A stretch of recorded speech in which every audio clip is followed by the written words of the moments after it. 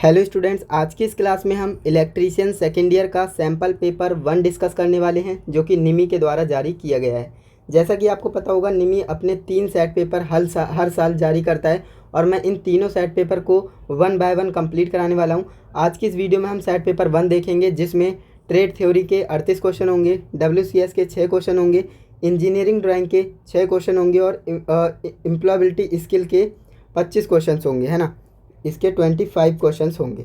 तो ये सारे के सारे क्वेश्चंस मैं आज की इस वीडियो में आपको कराने वाला हूँ। और मज़े की बात तो ये है, जो ये निमी 3 सेट पेपर जारी करता है ना, इसी में से आपका पेपर बनाता है ना। इन्हीं में से क्वेश्चंस को उठा करके आपका पेपर बनाया जाएगा। यानी कि अगर आप 3 सेट पेपर कंप्लीट कर लेते हो तो समझिएगा कि आपने पूरा सिलेबस पढ़ लिया एंड वहाँ से आप 99+ मार्क्स भी ला सकते हो, है ना।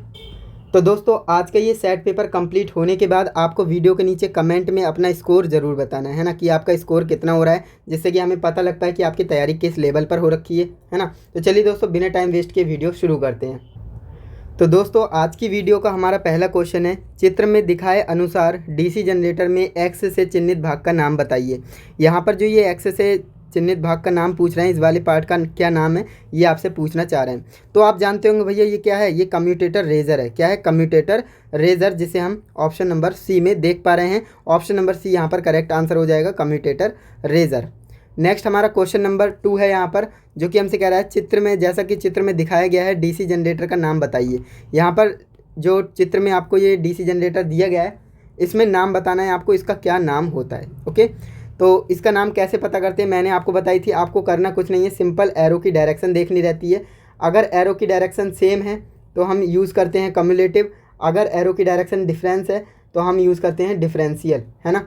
यानी एरो की डायरेक्शन अगर अपोजिट है तो हम क्या यूज़ करेंगे, डिफरेंशियल। अगर सेम है तो हम यूज़ करेंगे कम्युलेटिव। तो यहाँ पर आप देखिए एरो की डायरेक्शन कैसी है, ये यहाँ पर जा रहा है और ये यहाँ पर जा रहा है, यानी अपोजिट डायरेक्शन है ना। और अपोजिट डायरेक्शन होती है तो हम क्या यूज़ में लेते हैं, डिफरेंशियल। तो डिफरेंशियल वाले ऑप्शन किस में, देखिए कम्युलेटिव तो वैसे ही कैंसिल आउट हो जाएगा। यानी हमारे पास 2 ऑप्शन अभी बचे हैं। 2 ऑप्शन में अब हमें ये पता करना है कि ये लॉन्ग शंट है या शॉर्ट शंट है।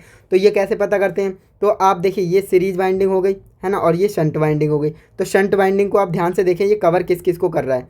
ये यहाँ से जो है आर्मेचर को भी कवर कर रहा है और सीरीज वाइंडिंग को भी कवर कर रहा है ना। तो इसका दिल बड़ा है। अगर मान लीजिए ये सिर्फ यहाँ पर आर्मेचर को ही कवर करता, है ना, सीरीज को कवर नहीं करता, तो वहाँ पर क्या हो जाता, इसका दिल छोटा हो जाता है, यानी शॉर्ट शंट हो जाता है ना।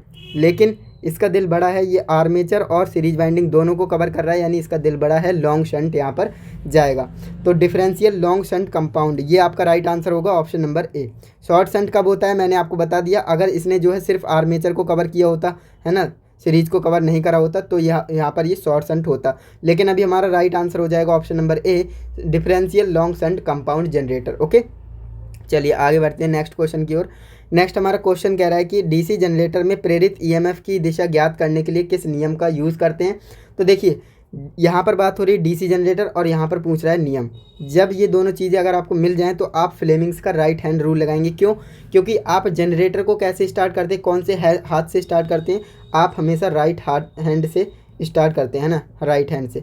क्या आप बाएं हाथ से स्टार्ट कर सकते हैं? नहीं कर सकते ना, क्योंकि उसे घुमाना पड़ता है। तो आप राइट हैंड से ही जनरेटर को स्टार्ट करते हैं। ये एक ट्रिक है। ओके, ये एक ट्रिक है, तो इसे आप ऐसे याद रख सकते हैं।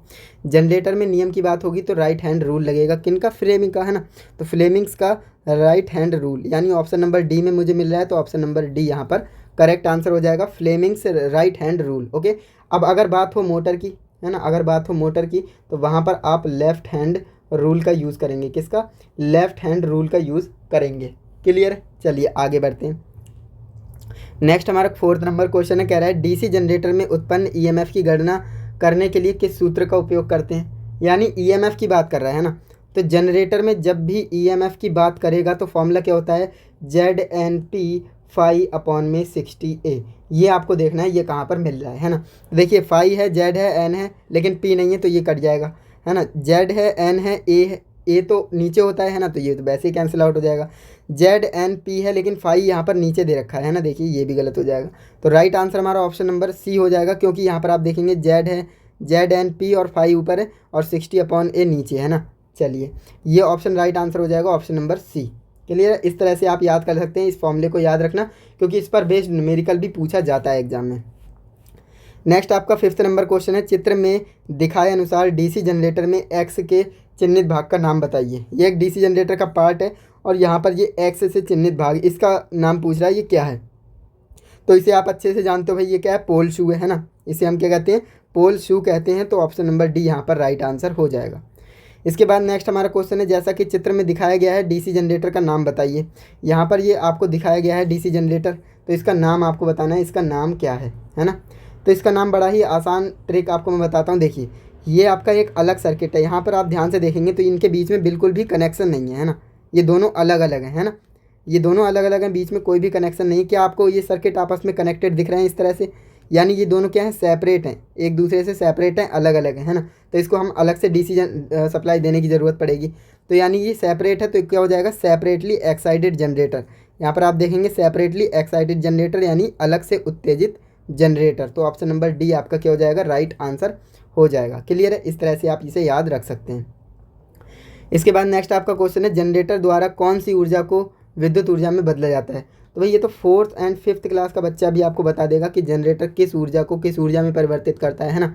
तो जो जनरेटर होता है वो मैकेनिकल एनर्जी को इलेक्ट्रिकल एनर्जी में कन्वर्ट करता है ना, यानी यांत्रिक ऊर्जा को विद्युत ऊर्जा में परिवर्तित करता है। तो ऑप्शन नंबर डी यहाँ पर हमारा राइट आंसर हो जाएगा।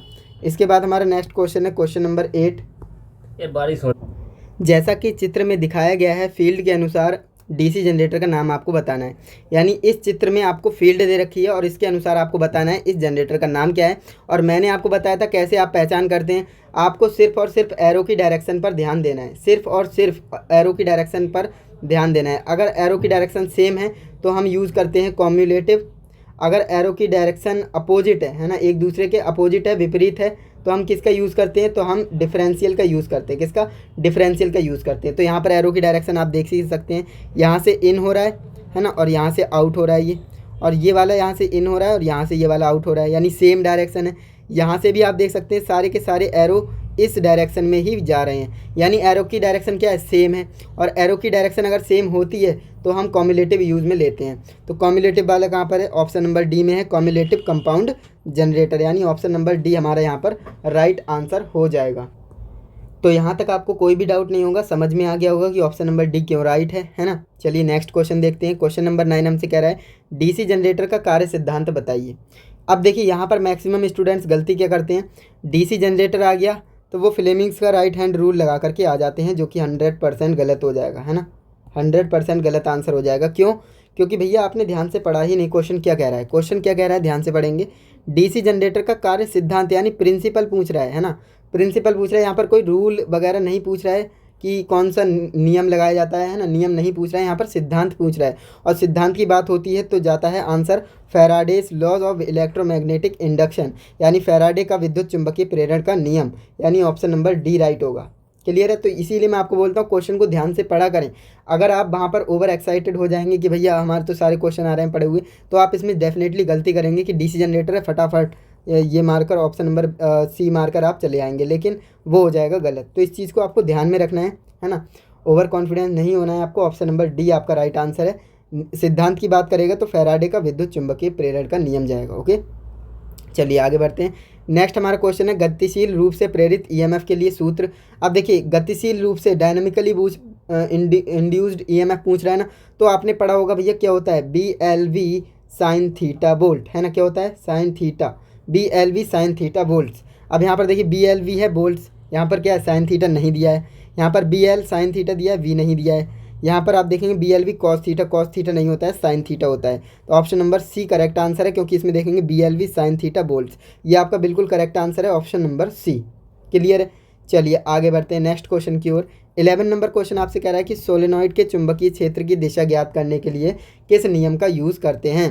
तो यहाँ पर आप ध्यान से देखेंगे तो फ्लेमिंग के रूल तो यहाँ पर लगेंगे ही नहीं, क्योंकि यहाँ पर सोलेनॉइड की बात हो रही है ना, सोलेनॉइड की बात हो रही है। तो यहाँ पर आंसर जाएगा राइट हैंड पाम रूल, है ना, दाहिने हाथ की हथेली का नियम। तो इसको भी आप ध्यान में रखेंगे, है ना, क्योंकि यहाँ पर जनरेटर मोटर की बात ही नहीं हुई, तो यहाँ पर ये फ्लेमिंग के रूल नहीं लगेंगे। यहाँ पर लगेगा राइट हैंड पाम रूल, यानी दाहिने हाथ की हथेली का नियम। तो ऑप्शन नंबर बी यहाँ पर 100% करेक्ट आंसर हो जाएगा। इसके बाद नेक्स्ट हमारा क्वेश्चन नंबर 12 कह रहा है, चित्र में डीसी जनरेटर के भाग का नाम बताइए क्या है। तो यहाँ पर आप ये डीसी जनरेटर का भाग देख रहे हैं ना, ये पार्ट है डीसी जनरेटर का।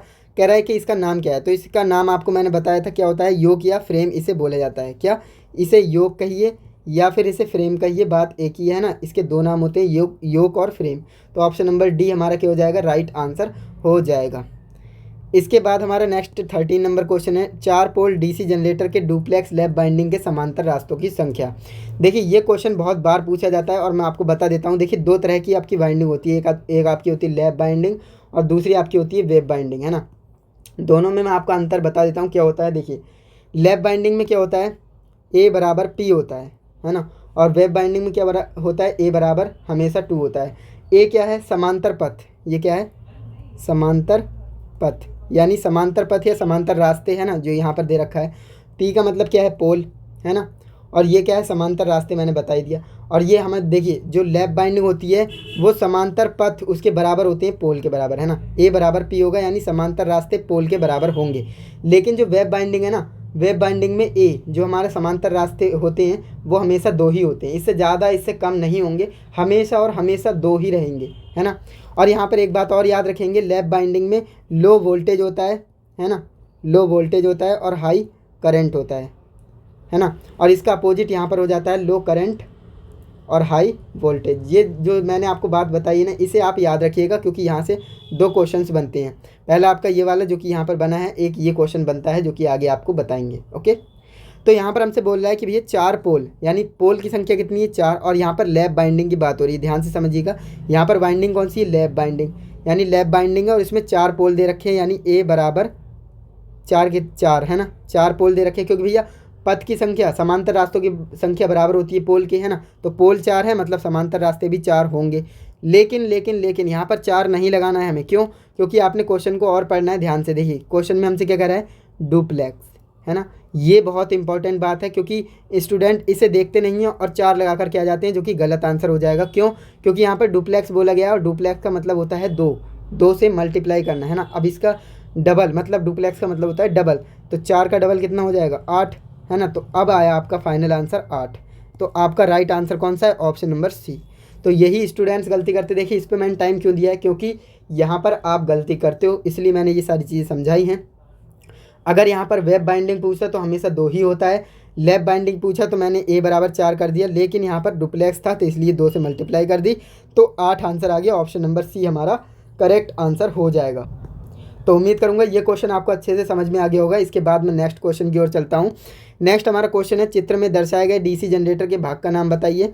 ये भी एक डीसी जनरेटर का पार्ट है और इसका नाम क्या है वो आपको बताना है। इसे हम कहते हैं आर्मेचर कोर लेमिनेशन। क्या कहते हैं, आर्मेचर कोर लेमिनेशन। तो ऑप्शन नंबर डी आपका राइट आंसर हो जाएगा। ये आर्मेचर की कोर होती है जिससे लेमिनेट किया जाता है। नेक्स्ट आपका क्वेश्चन है, डीसी जनरेटर में इंटरपोल कैसे जुड़े होते हैं। तो डीसी जनरेटर में इंटरपोल हमेशा और हमेशा आर्मेचर के साथ श्रृंखला क्रम में जुड़े होते हैं। श्रृंखला का मतलब सीरीज, है ना, आर्मेचर के साथ सीरीज में जुड़े होते हैं, आर्मेचर के साथ श्रृंखला क्रम में जुड़े होते हैं। तो ऑप्शन नंबर ए मेरा राइट आंसर हो जाएगा। क्लियर है। नेक्स्ट हमारा क्वेश्चन 16 नंबर कह रहा है कि जैसा कि चित्र में दिखाया गया है, एक्स के रूप में चिन्हित भाग का कौन सा वोल्टेज ड्रॉप दर्शाया गया है। तो यहाँ पर भी आपके 2 क्वेश्चंस बनने की प्रोबेबिलिटी रहती है। अब 2 क्वेश्चन कौन से बनते हैं मैं आपको समझा देता हूँ। देखिए अगर यहाँ पर 2 पार्ट हैं, एक ये है और एक ये है। अगर ऊपर वाले का पूछेगा तो ये आपका होता है आर्मेचर रिएक्शन, आर्मेचर रिएक्शन, और अगर नीचे वाला पूछेगा तो क्या हो जाएगा, आर्मेचर रेजिस्टेंस। क्लियर है। तो ये भी आपको याद रखना है। अब देखिए यहाँ पर पूछा कौन सा है, हमसे पूछा है ऊपर वाला। ऊपर वाला क्या होता है, आर्मेचर रिएक्शन होता है, और नीचे वाला आर्मेचर रेजिस्टेंस। तो हमारा राइट आंसर हो जाएगा आर्मेचर रिएक्शन ड्रॉप। क्या, armature reaction drop. Option number C मेरा करेक्ट आंसर हो जाएगा, आर्मेचर रिएक्शन ड्रॉप। नेक्स्ट हमारा क्वेश्चन नंबर 17 है, क्यों एक डीसी जनरेटर के कोर पटलित हैं। यानी कि डीसी जनरेटर को हम लेमिनेटेड क्यों करते हैं, उसकी कोर को लेमिनेटेड इसलिए किया जाता है क्योंकि हमें एडी करंट को कम करना है ना। एडी करंट हानि को कम करने के लिए ही हम लेमिनेट करते हैं। तो ऑप्शन नंबर डी यहाँ पर करेक्ट आंसर हो जाएगा, ऑप्शन नंबर डी। नेक्स्ट हमारा क्वेश्चन नंबर 18 है, डीसी जनरेटर का आर्मेचर प्रतिरोध बहुत कम क्यों रखा जाता है। डीसी जनरेटर का आर्मेचर प्रतिरोध कम क्यों रखा जाता है, तो ये आपको बताना है। तो देखिए यहाँ पर सिंपल सी बात भाई, आर्मेचर प्रतिरोध कम रखेंगे तभी तो वोल्टेज ड्रॉप कम होगा। तो आर्मेचर ड्रॉप को कम करने के लिए, है ना, आर्मेचर ड्रॉप को कम करने के लिए, आर्मेचर वोल्टेज ड्रॉप को कम करने के लिए। ओके, ऑप्शन नंबर बी हमारा करेक्ट आंसर हो जाएगा, आर्मेचर वोल्टेज ड्रॉप को कम करने के लिए। नेक्स्ट हमारा क्वेश्चन है डीसी जनरेटर को केवल एक ही दिशा में क्यों चलाना चाहिए, यानी डीसी जनरेटर को हम एक ही दिशा में क्यों चलाते हैं, हम सीधी उल्टा उल्टा सीधा करके क्यों नहीं चलाते, क्योंकि हम जो है उसके अपशिष्ट चुंबकत्व की रक्षा करते हैं ना, जो उसमें रेसिडुअल मैग्नेटिज्म है उसे प्रोटेक्ट करने के लिए हम एक ही दिशा में जनरेटर को चलाते हैं। तो ऑप्शन नंबर बी यहाँ पर करेक्ट आंसर हो जाएगा। उम्मीद करता हूँ समझ में आ गया होगा। नेक्स्ट हमारा क्वेश्चन है यहाँ पर बड़े डीसी जनरेटर में क्षतिपूर्ति वाइंडिंग क्यों प्रदान की जाती है। जो बड़े बड़े जनरेटर होते हैं ना, इसमें क्षतिपूर्ति वाइंडिंग, जिसे हम कंपनसेटिंग वाइंडिंग कहते हैं, वो हम क्यों प्रदान करते हैं। तो वो हम इसलिए प्रदान करते हैं कि जिससे कि जो आर्मेचर प्रतिक्रिया के विचुंबकन को बेअसर किया जा सके, है ना, यानी जो डीमैग्नेटाइजिंग इफेक्ट होता है आर्मेचर रिएक्शन का, तो उसे कम करा जा सके, है ना, तो इसलिए हम यूज़ करते हैं। तो ऑप्शन नंबर सी हमारा यहाँ पर राइट आंसर हो जाएगा। इसके बाद हमारा नेक्स्ट क्वेश्चन है डीसी जनरेटर में पोल शू का क्या उद्देश्य है। हम डीसी जनरेटर में पोल शू क्यों लगाते हैं। तो पोल शू का काम क्या होता है, वो करता क्या है, एयर गैप में एक समान से फ्लक्स को क्या करता है, फैलाता है, और यही काम होता है पोल शू का। ओके, तो ऑप्शन नंबर डी यहाँ पर राइट आंसर हो जाएगा। इसके बाद नेक्स्ट हमारा क्वेश्चन है डीसी जनरेटर में स्प्लिटरिंग का क्या काम है। डीसी जनरेटर में स्प्लिटरिंग क्यों लगाए जाते हैं, उनका क्या काम होता है। तो निरंतर वोल्टेज बनाए रखने के लिए बिल्कुल नहीं, ब्रश पर वोल्टेज ड्रॉप कम करने के लिए, या रेटेड तुलना में टर्मिनल को वोल्टेज बढ़ाने के लिए। देखिए, जो हमारे डीसी जनरेटर होते हैं उनमें हम स्प्लिटरिंग इसलिए लगाते हैं जिससे कि जो धारा है वो एक दिशा में एकत्रित हो सके, इकट्ठी हो सके, है ना, तो इसलिए हम स्प्लिटरिंग का यूज़ करते हैं। तो ऑप्शन नंबर बी हमारा राइट आंसर हो जाएगा। इसके बाद हमारा नेक्स्ट क्वेश्चन है डीसी जनरेटर में ब्रश बनाने के लिए कौन सी सामग्री का उपयोग किया जाता है। यानी जनरेटर होता है उसमें ब्रश होते हैं, तो ब्रश बनाने के लिए हम किस मटेरियल का यूज़ करते हैं वो हमें बताना है। तो स्टील और ग्रेफाइट बिल्कुल नहीं, ढलबा लोहा ग्रेफाइट या एल्युमिनियम ग्रेफाइट इनका यूज़ नहीं करते, हम करते हैं कार्बन और ग्रेफाइट का यूज़। किसका, कार्बन या फिर ग्रेफाइट का यूज़ हम करते हैं। तो ऑप्शन नंबर बी हमारा करेक्ट आंसर हो जाएगा। इसके बाद नेक्स्ट क्वेश्चन की ओर चलते हैं। नेक्स्ट हमारा 24 नंबर क्वेश्चन है डीसी जनरेटर अपना अवशिष्ट चुंबकत्व क्यों खो रहा है, ये आपको बताना है। डीसी जनरेटर अपना अवशिष्ट चुंबकत्व तभी खोता है जब हम उसे जो है रोटेशन की दिशा बदलते हैं, है ना, तो रोटेशन की दिशा अक्सर बदलती है, तभी जो है जनरेटर अपना अवशिष्ट चुंबकत्व खो देता है। तो इसका राइट आंसर क्या हो जाएगा, ऑप्शन नंबर डी। क्लियर है, चलिए आगे बढ़ते हैं, यहाँ तक आपको कोई भी डाउट नहीं होगा।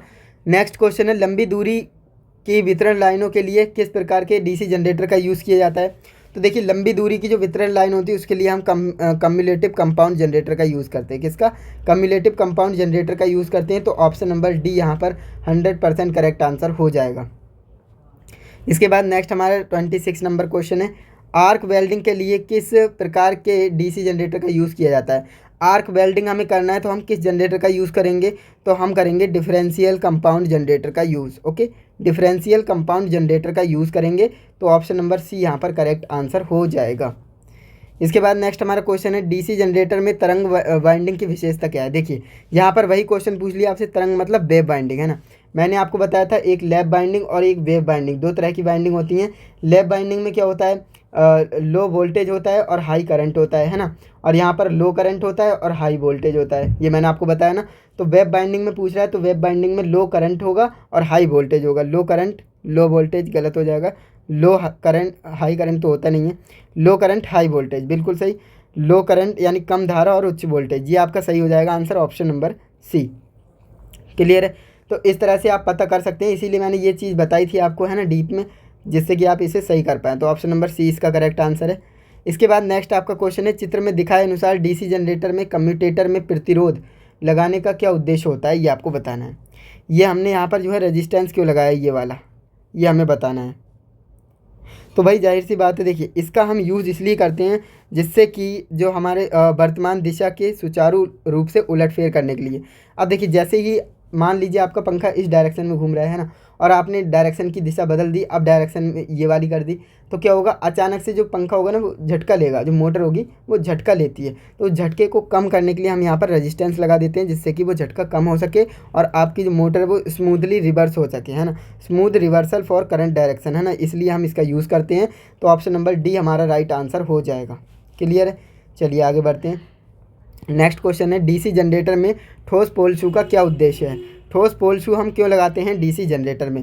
तो देखिए, तांबे के नुकसान को कम करने के लिए, या फिर अपशिष्ट चुंबकत्व को बढ़ाने के लिए, या फिर अपशिष्ट चुंबकत्व को कम करने के लिए इनके लिए हम यूज़ नहीं करते। हम करते हैं चुंबकीय पथ के रिलैक्टेंस को कम करने के लिए।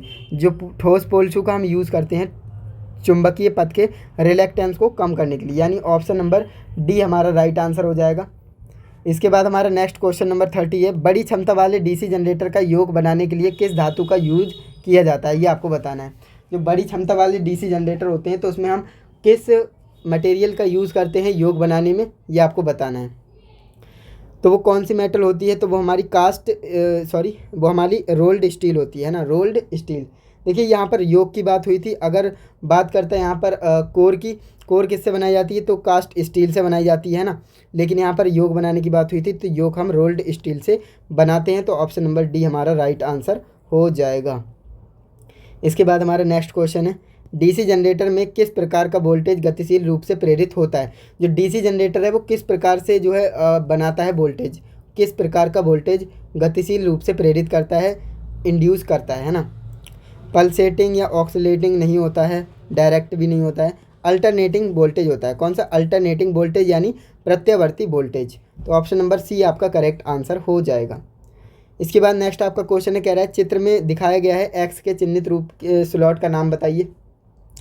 इसमें इस वाली स्लॉट का नाम पूछ रहा है कि इस वाली स्लॉट का क्या नाम होता है ना। तो इस वाली स्लॉट का नाम मैंने आपको बताया था क्या होता है, ये कीवेज होते हैं फिक्स करने के लिए, है ना, कीवेज होते हैं फिक्स करने के लिए, यानी कुंजी तरीका ठीक करने के लिए ये होते हैं। तो ऑप्शन नंबर ए आपका करेक्ट आंसर हो जाएगा। इसके बाद नेक्स्ट हमारा क्वेश्चन है 33 नंबर, डीसी जनरेटर में फील्ड कॉइल का क्या उद्देश्य है। डीसी जनरेटर में हम फील्ड कॉइल क्यों लगाते हैं, तो कुंडली फ्लक्स का निर्माण करने और चुंबक जो ध्रुव होते हैं उन्हें चुंबकित करने के लिए। जो डीसी जनरेटर होता है उसमें हम फील्ड कॉइल इसलिए लगाते हैं जिससे कि जो कुंडली है कुंडली में फ्लक्स का निर्माण हो और ध्रुव को चुंबकित कर सके। तो ऑप्शन नंबर सी हमारा राइट आंसर हो जाएगा। इसके बाद नेक्स्ट हमारा क्वेश्चन है, बड़ी डीसी मशीन के पोल कोर को बनाने के लिए किस धातु का यूज़ करते हैं। देखिए वही क्वेश्चन आ गया, यानी कि पोल कोर के बनाने की बात हो रही है तो हम कास्ट स्टील का यूज़ करते हैं। किसका, कास्ट स्टील का यूज़ करते हैं। कास्ट आयरन मत लगा देना, कास्ट स्टील होता है, ओके, ढलवा इस्पात, यानी ऑप्शन नंबर सी यहाँ पर करेक्ट आंसर हो जाएगा। इसके बाद नेक्स्ट हमारा क्वेश्चन है 35 नंबर, डीसी जनरेटर में पोल कोर को लेमिनेट क्यों किया जाता है। डीसी जनरेटर में जो पोल कोर होती है उसे हम लेमिनेशन क्यों करते हैं, उसे लेमिनेट क्यों करते हैं। तो मैंने आपको बता दिया, जहाँ पर भी लेमिनेशन का मतलब अर्थ आ जाए ना तो वहाँ पर मतलब होता है कि एडी लॉस को हम कम कर रहे हैं, है ना, एडी करंट के लॉस को हम कम करना चाहते हैं। तो ऑप्शन नंबर डी यहाँ पर राइट आंसर हो जाएगा। लेमिनेशन की जहाँ भी बात हो आप समझ जाइएगा कि एडी करंट को कम करने की बात हो रही है। नेक्स्ट आपका क्वेश्चन है कि इलेक्ट्रोप्लेटिंग के प्रक्रिया के लिए किस प्रकार के डीसी जनरेटर का यूज़ किया जाता है। तो मैंने आपको बताया था कि जो आपका इलेक्ट्रोप्लेटिंग होता है ना उसमें डीसी शंट जनरेटर का यूज़ करते हैं। किसका, डीसी शंट जनरेटर का यूज़ करते हैं, ओके। और निरंतर गति के लिए, कांस्टेंट स्पीड के लिए भी इसी मोटर का यूज़ किया जाता है, इसी जनरेटर का यूज़ किया जाता है। तो डीसी शंट जनरेटर आपका राइट आंसर हो जाएगा, ऑप्शन नंबर ए। क्लियर है, चलिए इसके बाद आगे बढ़ते हैं। नेक्स्ट क्वेश्चन हमारा, कंपाउंड जनरेटर का नाम क्या है यदि शंट फील्ड आर्मेचर के साथ समांतर में जुड़ी है। यानी कि शंट फील्ड कैसी है, आर्मेचर के साथ समांतर में जुड़ी है, और इस तरह से जुड़े होने को क्या कहते हैं, शॉर्ट शंट कंपाउंड जनरेटर। क्या कहते हैं, शॉर्ट शंट कंपाउंड जनरेटर, यानी ऑप्शन नंबर डी यहाँ पर क्या हो जाएगा, करेक्ट आंसर हो जाएगा। क्लियर है, यहाँ तक कोई भी डाउट नहीं होगा। नेक्स्ट आपका क्वेश्चन है, क्षेत्र प्रणाली का चुंबकीय प्रभाव एक जनरेटर में सर्किट को कैसे पूरा करता है। तो मैंने आपको बताया था 3 चीज़ों के माध्यम से होता है, पहला फील्ड कोर, दूसरा आर्मेचर कोर और तीसरा योक, है ना। तो इन तीनों चीज़ों से मिला करके जो है सर्किट पूरा होता है। तो ऑप्शन नंबर बी आपका यहाँ पर करेक्ट आंसर हो जाएगा। क्लियर है, तो देखिए अभी तक हमने यहाँ पर 38 क्वेश्चन को कवर कर लिया है जो कि ट्रेड थ्योरी के थे, है ना। ट्रेड थ्योरी के 38 क्वेश्चन को कवर कर लिया। अब इसमें से कितने सही हैं आपके वो आप मुझे कमेंट करके बताइए अभी के अभी, है ना, ट्रेड थ्योरी में कितने सही किए और कितने गलत किए। ओके, चलिए अब हम बात कर लेते हैं वर्कशॉप कैलकुलेशन एंड साइंस यानी WCS के क्वेश्चंस की बात कर लेते हैं। और ये 6 क्वेश्चंस होंगे, ज़्यादा क्वेश्चंस नहीं होंगे, है ना। तो WCS का हमारा पहला क्वेश्चन है, स्नेहक का उद्देश्य क्या है। स्नेहक का हम यूज़ क्यों करते हैं। स्नेहक का मतलब होता है लुब्रिकेंट।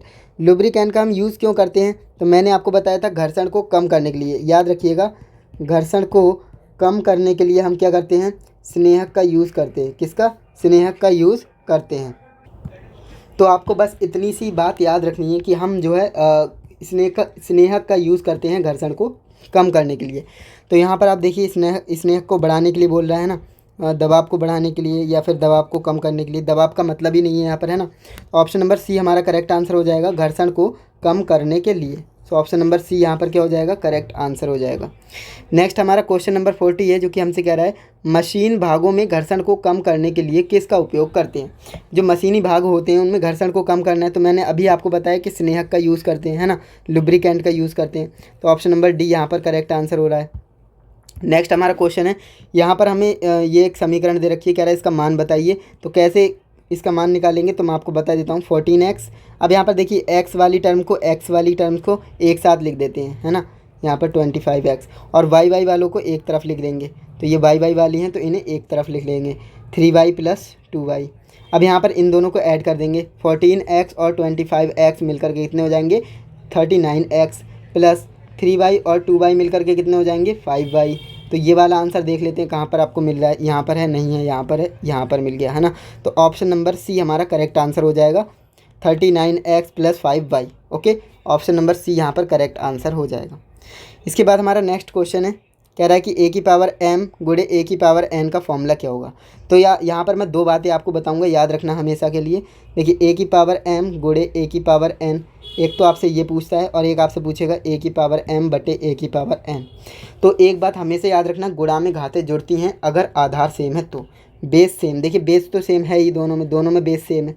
बेस का मतलब होता है आधार। तो यहाँ पर बेस सेम है तो पावर ऐड हो जाती है मल्टीप्लाई में, है ना। बेस सेम है तो पावर को ऐड कर दो, और बेस यहाँ पर जो है डिवाइड में क्या होता है, बेस सेम है तो पावर को माइनस कर दो। ये जो है एक रूल होता है, इसे आप याद रखेंगे। ये हमारा मल्टीप्लाई में होता है और ये हमारा डिवाइड में होता है। ओके, अगर मल्टीप्लाई में बेस सेम है तो पावर को m + n कर दो, यानी ऐड कर दो, और अगर डिवाइड में है तो माइनस कर दो। बस सिंपल आपको याद रखना है। तो यहाँ पर देखिए मल्टीप्लाई की बात हो रही है तो पावर को ऐड कर देंगे, a⁴m + n। ओके, यानी ऑप्शन नंबर ए यहाँ पर राइट आंसर हो जाएगा। इसके बाद नेक्स्ट हमारा क्वेश्चन है, कह रहा है कि कौन सा सूत्र है। यहाँ पर सूत्र यहाँ पर दे रखा है ना, कह रहा है कि a⁴m बटे a⁴n। अब ये मैंने आपको बताया कि जो डिवाइड होता है उसमें क्या होती है, पावर माइनस हो जाती है अगर आधार सेम हो तो। यहाँ पर आप देखेंगे a⁴m - n option number B में मिल रहा है, तो ऑप्शन नंबर बी यहाँ पर करेक्ट आंसर हो जाएगा। इसके बाद नेक्स्ट हमारा क्वेश्चन है a + b का होल स्क्वायर। इसका आप देखिए a + b का होल स्क्वायर पूछा जा रहा है ना, 5th 6th क्लास का बच्चा बता देगा, है ना। तो देखिए क्या होता है, a² + b² + 2ab। अब यहाँ पर इन्होंने किया क्या है, देखिए यहाँ पर a² को लिख दिया है, फिर उन्होंने + 2ab को पहले लिख दिया है ना, और + b² को बाद में लिख दिया है। तो कैसे भी लिख दें हम, आंसर तो फिर भी ले ही लेंगे ना। तो आंसर क्या है, देखिए ऑप्शन नंबर ए, है ना। ऑप्शन नंबर ए आपका राइट आंसर हो जाएगा, a² + 2ab + b²। नेक्स्ट हमारा क्वेश्चन है यहाँ पर, अब देखिए यहाँ से शुरू हो जाती है इंजीनियरिंग ड्राइंग। WCS के 6th क्वेश्चन मैंने आपको बता दिए। अब 6 में से कितने सही थे वो आप मुझे फटाफट कमेंट कर दीजिए। अब मैं यहाँ से स्टार्ट करने वाला हूँ इंजीनियरिंग ड्राइंग को। इंजीनियरिंग ड्राइंग का पहला क्वेश्चन हमारा, मोटर को चालू और बंद करने के लिए किस उपकरण का यूज़ करते हैं। तो मोटर को चालू और बंद करने के लिए स्टार्टर का यूज़ करते हैं। अब देखिए यहाँ पर स्टूडेंट्स गलती क्या करते हैं, मैंने बोला स्टार्टर, तो वो स्टेटर और स्टार्टर में अंतर ही नहीं समझते, वो जल्दबाजी में लगा करके आगे बढ़ जाते हैं। तो स्टेटर नहीं होगा, वो मैं स्टार्टर की बात कर रहा हूँ ना, स्टार्टर। ओके, तो ऑप्शन नंबर बी हमारा करेक्ट आंसर है। स्पेलिंग ध्यान से पढ़ लेना, यहाँ पर ये स्टार्टर लिखा हुआ है और ये स्टेटर लिखा हुआ है। ओके, ये इसीलिए दिया है जिससे कि स्टूडेंट कंफ्यूज हो और जानबूझ के आंसर गलत करे, है ना। तो ऑप्शन नंबर बी यहाँ पर करेक्ट आंसर है। ध्यान रखिएगा, स्टार्टर का यूज़ करते हैं मोटर को चालू और बंद करने के लिए। नेक्स्ट हमारा क्वेश्चन है, कौन सा भाग स्वचालित लोहे में गर्मी को नियंत्रित करता है। तो देखिए गर्मी को नियंत्रित करने की बात हो ना, जहाँ गर्मी आ जाए वहाँ थर्मोस्टैटिक आ जाएगा, और नियंत्रित किससे करते हैं, कंट्रोल स्विच से, है ना। तो थर्मोस्टैटिक स्विच आपका राइट आंसर हो जाएगा, ऑप्शन नंबर सी। जहाँ भी गर्मी की बात हो वहाँ पर थर्मोस्टैटिक आ जाता है, और कंट्रोल करने की बात हो रही है तो स्विच है ना, थर्मोस्टैटिक स्विच आपका राइट आंसर हो जाएगा, ऑप्शन नंबर सी। नेक्स्ट आपका क्वेश्चन है, एसी वोल्टेज को बढ़ाने या घटाने वाली स्टैटिक डिवाइस का नाम बताइए। देखिए एसी वोल्टेज को बढ़ाने की बात कर रहा है और एसी वोल्टेज को घटाने की भी बात कर रहा है, और ये भी कह रहा है कि स्टैटिक डिवाइस होनी चाहिए। तो भाई ऐसी तो एक ही चीज़ है दुनिया में, क्या, ट्रांसफार्मर, है ना। ट्रांसफार्मर क्या करता है, वोल्टेज को स्टेप अप कर सकता है, स्टेप डाउन कर सकता है, और वोल्टेज जो ट्रांसफार्मर है वो एक स्टैटिक डिवाइस है, यानी स्थिर डिवाइस है ना, चलने फिरने वाली कोई नहीं है, मूवेबल कोई पार्ट उसमें नहीं होता है। क्लियर है, तो एक ऐसी ही चीज़ है ट्रांसफार्मर। तो ऑप्शन नंबर ए आपका राइट आंसर हो जाएगा, ट्रांसफार्मर। ओके, इसके बाद नेक्स्ट हमारा क्वेश्चन कह रहा है लाइन इंसुलेटर की सामग्री क्या है। देखिए जो लाइन इंसुलेटर होते हैं ना, जैसे ये पोल है ना, और यहाँ पर इस तरह से लाइन इंसुलेटर लगे होते हैं जिससे वायर जाता है। तो ये इंसुलेटर किस सामग्री से बनाते हैं, किस मटेरियल से इन्हें बनाया जाता है, वही आपसे पूछ रहा है। तो मैंने आपको बता रखा था कि इन्हें पोल से बनाते हैं, पोर्सलिन क्ले से। किससे, पोर्सलिन क्ले से बनाया जाता है। तो ऑप्शन नंबर सी यहाँ पर राइट आंसर हो जाएगा, पोर्सलिन क्ले। ओके, जिसे हम चीनी मिट्टी भी कहते हैं। नेक्स्ट हमारा क्वेश्चन कह रहा है वेव फॉर्म को पहचानिए। यहाँ पर ये वेव फॉर्म हमें दे रखी है, इसको पहचानना है कि कौन सी वेव फॉर्म है। तो इसे तो आप अच्छे से जानते हैं, इससे आप अच्छी दोस्ती है ना। तो इसे हम क्या कहते हैं, साइन वेव, जिसे क्या कहते हैं, साइनोसोडल वेव भी कहते हैं, है ना। तो साइन वेव है ये हमारा, तो ऑप्शन नंबर बी हमारा करेक्ट आंसर हो जाएगा। लेकिन ये स्क्वायर वेव क्या होती है, तो मैं आपको समझा देता हूँ स्क्वायर वेव क्या होती है। स्क्वायर वेव इस तरह से चलती है ना, स्क्वायर की फॉर्म में होती है, इसे हम स्क्वायर वेव कहते हैं। तो फिर ट्रायंगल वेव क्या होती है, ट्रायंगल वेव इस तरह से चलती है, ट्रायंगल बना हुआ होता है ना। तो फिर सॉ टूथ वेव क्या होती है, आपने आरी जो होती है ना, हेक्सो होती है, उसके दांत देखे ना, इस तरह से होते हैं, तो ये इस तरह से चलती है ना। तो आपको मैंने सारी समझा दी जिससे कि आप कंफ्यूज ना हो। फिलहाल हमारा राइट आंसर क्या है, ऑप्शन नंबर बी, जो कि है साइन वेव। ओके, नेक्स्ट हमारा क्वेश्चन है प्रतीक का नाम बताइए क्या है ना। ये आपके सामने एक प्रतीक है, इसका नाम आपको बताना है क्या है। तो देखिए ये क्वेश्चन दो तरह से पूछा जाता है, एक तो आपका इस तरह से आएगा और एक आपका इस तरह से आएगा, सिंपल। अगर इसके अंदर कुछ भी बना हुआ नहीं है तो वो हमारा माइक्रोफोन होता है। क्या होता है माइक्रोफोन। लेकिन अगर इसमें ये लगा हुआ है संधारित्र, जिसे हम कैपेसिटर कहते हैं, तो कैपेसिटर को एक आम भाषा में कहा जाता है कंडेंसर। क्या कहा जाता है, कंडेंसर। ओके, तो ये कंडेंसर और माइक्रोफोन दोनों हो जाएगा, है ना। अगर कुछ नहीं है तो माइक्रोफोन, अगर है दोनों चीज़ें हैं तो कंडेंसर माइक्रोफोन हो जाएगा। ओके, तो देखते हैं कंडेंसर माइक्रोफोन कहाँ पर है, ऑप्शन नंबर सी में। तो ऑप्शन नंबर सी हमारा करेक्ट आंसर हो जाएगा, कंडेंसर माइक्रोफोन। क्लियर है, तो इस तरह से आपने देखा इंजीनियरिंग ड्राइंग के भी मैंने आपको 6 क्वेश्चन को करा दिया है। अब 6 में से कितने सही हैं ये भी आप मुझे फटाफट से बताते हुए चलिए, है ना। चलिए मैं अब स्टार्ट करने वाला हूँ एम्प्लॉयबिलिटी स्किल को, जो कि आपको 25 क्वेश्चंस मिलेंगे, एंड इसमें से कितना स्कोर करते हो कमेंट में ज़रूर बताइएगा।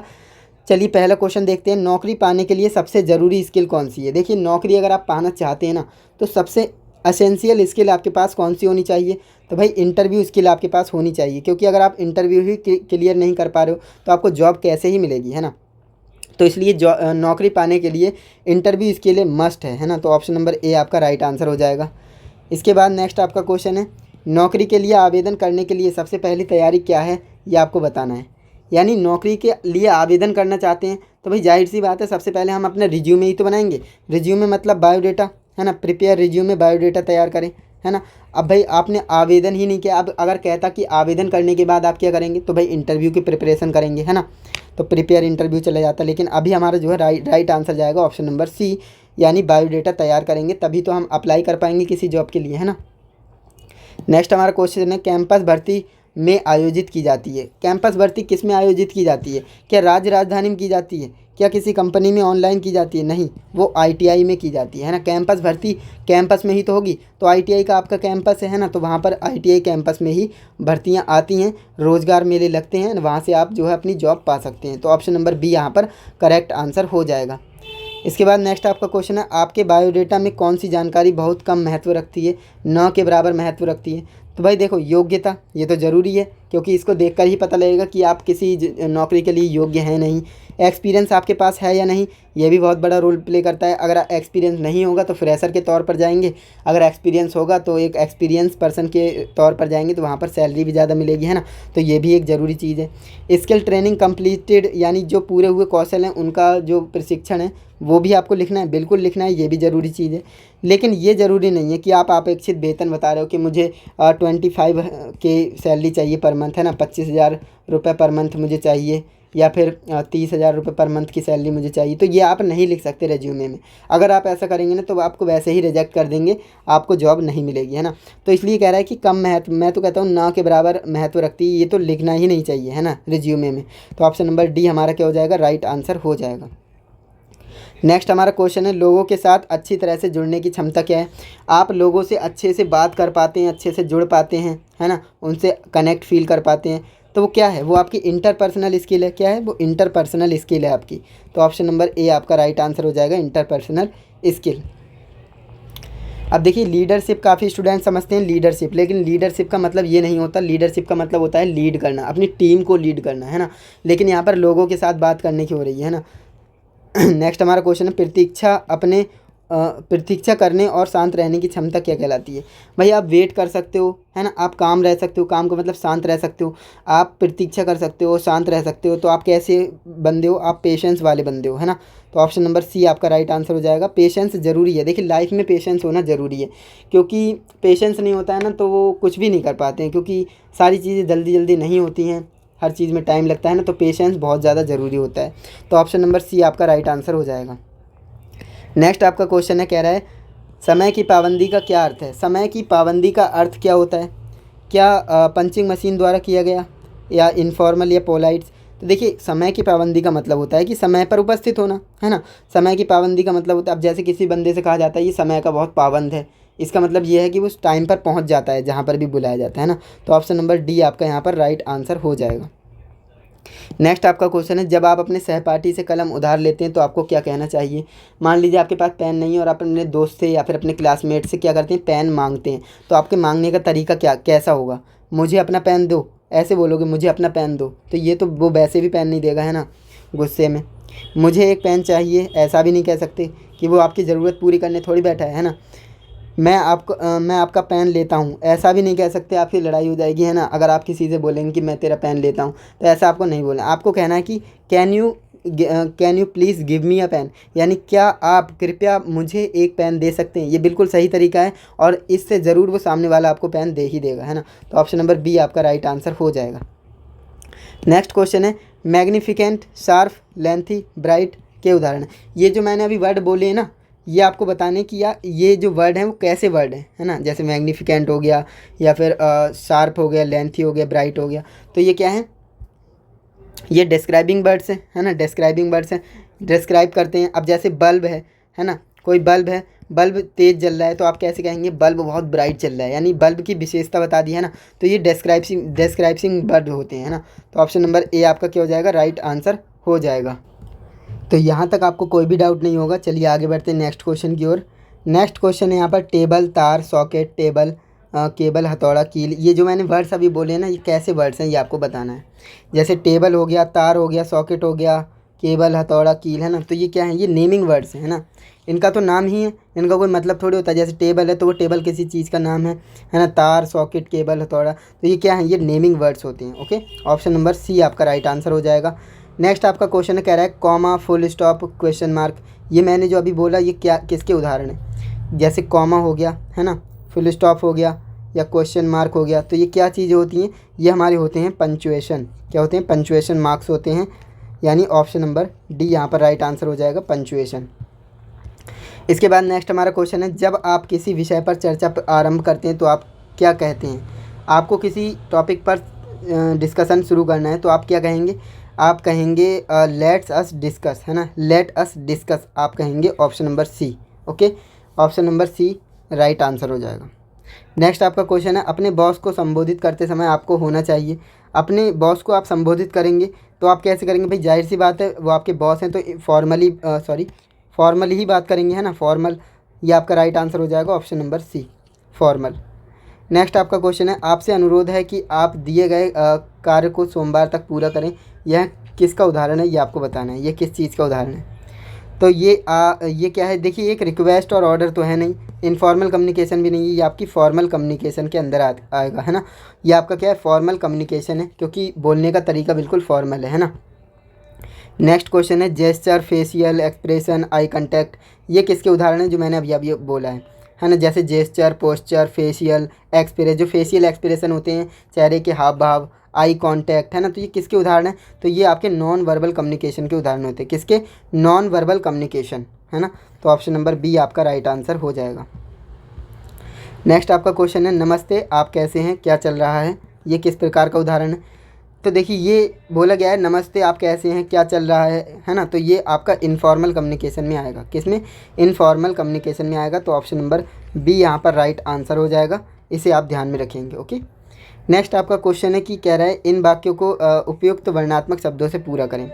अब यहाँ पर आपको सही सा वर्ड फिट करना है। यहाँ पर कह रहा है कि roads in my town are in condition, यानी मेरे जो टाउन है वहाँ पर रोड की कंडीशन कैसी है, तो गुड, है ना। गुड यहाँ पर राइट आंसर हो जाएगा, यानी ऑप्शन नंबर ए। अब देखिए जो आपके रोड होते हैं वो एक्सपेंसिव, ब्यूटीफुल या सेफ़ ये तो नहीं होते ना, तो गुड ही जाएगा ना। तो ऑप्शन नंबर ए राइट आंसर हो जाएगा। इसलिए आप एलिमिनेट कर लिया करें ऑप्शंस को, है ना। नेक्स्ट क्वेश्चन है, उचित वर्णात्मक शब्द से वाक्य को पूरा करें। There is a garden with lovely flowers. अब देखिए गार्डन कैसा होता है, गुड होता है, स्पेसियस होता है, बिग होता है, ब्यूटीफुल होता है ना। गार्डन कैसा होता है? ब्यूटीफुल होता है। तो ऑप्शन नंबर डी आपका राइट आंसर हो जाएगा। इसके बाद नेक्स्ट आपका क्वेश्चन है, उपयुक्त वर्णात्मक शब्द को वाक्य से पूरा करें।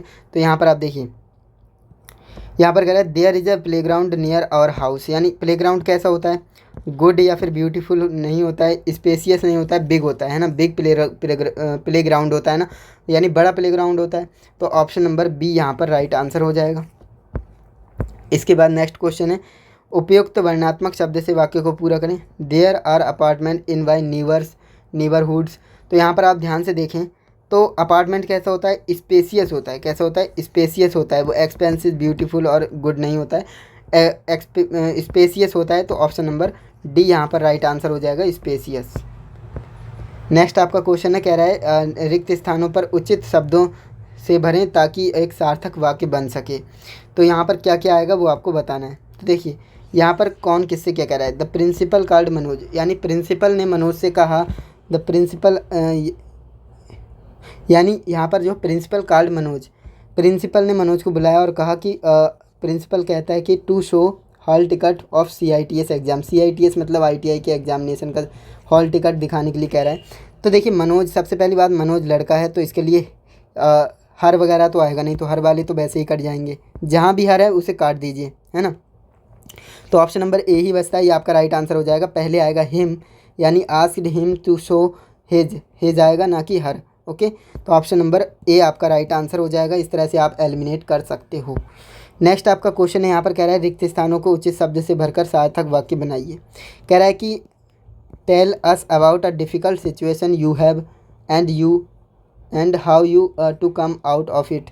कह रहा है कि यहाँ पर कौन सा वर्ड पहले आएगा। तो देखिए सबसे पहले कोई भी सिचुएशन होती है, सिचुएशन क्या होती है? सिचुएशन को हम सबसे पहले फेस करते हैं, उसके बाद ही तो मैनेज करते हैं, है ना। तो सबसे पहले फेस आएगा, और फेस नहीं आएगा, फेस्ड आएगा, है ना। फेस्ड और मैनेज्ड, थर्ड फॉर्म। तो ऑप्शन नंबर डी आपका राइट आंसर हो जाएगा। पहले हम फेस्ड करेंगे, उसके बाद मैनेज्ड करेंगे, है ना। इसके बाद नेक्स्ट आपका क्वेश्चन है, कह रहा है उचित वर्णात्मक शब्दों से वाक्य को पूरा करें। There is a factory in the area the air is. जहाँ पर फैक्ट्री होगी भाई वहाँ की एयर कैसी होगी? पॉल्यूटेड होगी, है ना। तो पॉल्यूटेड आपका राइट आंसर हो जाएगा, ऑप्शन नंबर ए। क्लियर है। नेक्स्ट आपका क्वेश्चन यहाँ पर है, कह रहा है कि देयर आर, इसमें भी वही है कि वाक्य को पूरा करना है। There is water scarcity in the locality the area is. तो यहाँ पर क्या हो जाएगा? ड्राई। इसका राइट आंसर हो जाएगा ड्राई, यानी ऑप्शन सी। ऑप्शन सी इसका करेक्ट आंसर हो जाएगा। नेक्स्ट आपका लास्ट क्वेश्चन इस वीडियो का, उचित वर्णात्मक शब्दों से वाक्य को पूरा करें। कह रहा है कि the transportation to come to some rural areas is difficult as the road are, यानी ट्रांसपोर्टेशन में प्रॉब्लम होती है रूरल एरियाज़ में, क्योंकि जो रोड होते हैं ना वो कैसे होते हैं? अनइवन होते हैं, है ना, अनइवन होते हैं। तो ऑप्शन नंबर डी आपका राइट आंसर हो जाएगा। तो इस तरह से आपने देखा आज की इस वीडियो के अंदर मैंने आपको ट्रेड थ्योरी के 38 क्वेश्चन, ईडी के 6 क्वेश्चन, WCS के 6 क्वेश्चन और ES के 25 क्वेश्चन कराए हैं, जो कि टोटल मिलाकर के 75 क्वेश्चंस होते हैं। अब इन 75 क्वेश्चंस में से आपके कितने क्वेश्चन सही हैं वो मुझे बताइए, या फिर अपना स्कोर बता दीजिए 150 में से कितने का स्कोर आपका रहा है। ओके, जिससे कि मुझे भी पता लगे कि कितना स्कोर हो पा रहा है ना, वगैरह वगैरह, मुझे भी मोटिवेशन मिलती है। बाकी कमेंट में ज़रूर अपना स्कोर बताइएगा। वीडियो अच्छी लगे तो वीडियो को लाइक ज़रूर करें, जिससे कि आगे आने वाली वीडियोज़ और स्टूडेंट्स तक पहुँच सके। एंड चैनल को सब्सक्राइब नहीं किया हो तो कर लेना। एंड इसकी PDF पाना चाहते हैं तो टेलीग्राम चैनल पर मैंने अपलोड कर रखी है, टेलीग्राम से आप डाउनलोड कर सकते हो। तो आज के लिए बस इतना ही, मिलते हैं नेक्स्ट इंटरेस्टिंग इन्फॉर्मेटिव वीडियो के साथ।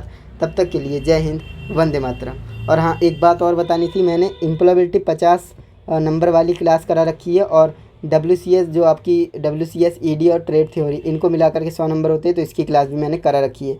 लिंक डिस्क्रिप्शन में जाकर देख लीजिएगा। ओके, तो चलिए दोस्तों, मिलते हैं नेक्स्ट वीडियो में। तब तक की बाय बाय। पढ़ाई करते रहिए अच्छे से, है ना।